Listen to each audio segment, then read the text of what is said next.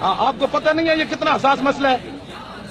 یہ صحافی آنا سوال شروع کر دیتے ہیں, پھر ہم بات بتنگڑ بنائیں گے کہ جی وہ تو یہ بھی نہیں مانتے.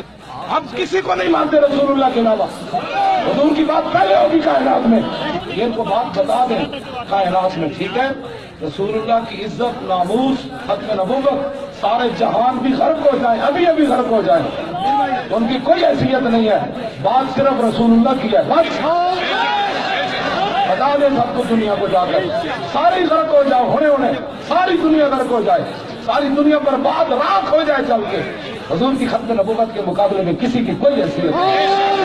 اب قوم اپنے آپ سے باہر نہیں آئے گی تو عذاب آ جائے. امام مالک نے فرمایا تھا کہ اگر حضور کی امت حضور کی عزت کا بدلہ نہ لے سکے وہ ساری مر جائے.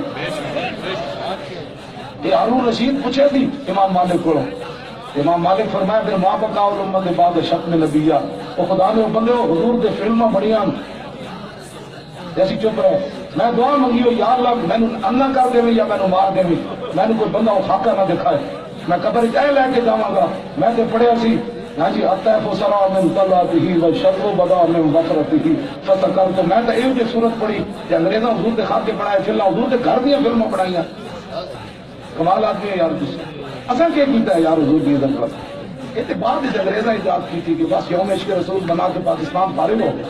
پاکستان جب تک ان سے بدلہ نہیں لے گا پاکستان کا مطلب پورا نہیں ہوگا. ہاں میں آپ کو سچی بات بتا رہا ہوں. قیامت والے دن میرے آقا نے پوچھ لیا وہ غوری میزائل کدھر ہے بھائی, اس کو لاؤ میدان میں. پھر حضور پوچھیں گے بتاؤ یہ لوگوں نے میرے خاکے بنائے, یہ غوری سویا رہا,